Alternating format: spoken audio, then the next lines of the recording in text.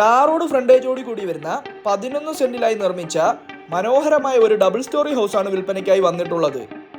Interior വർക്ക്സോട് കൂടി വരുന്ന വീട്ടിൽ living space, dining space, 3 bedroom, kitchen, work area ഉൾപ്പെടെ വരുന്ന വീട് നിങ്ങൾക്ക് EMI ഓപ്ഷനിലും വാങ്ങാവുന്നതാണ്.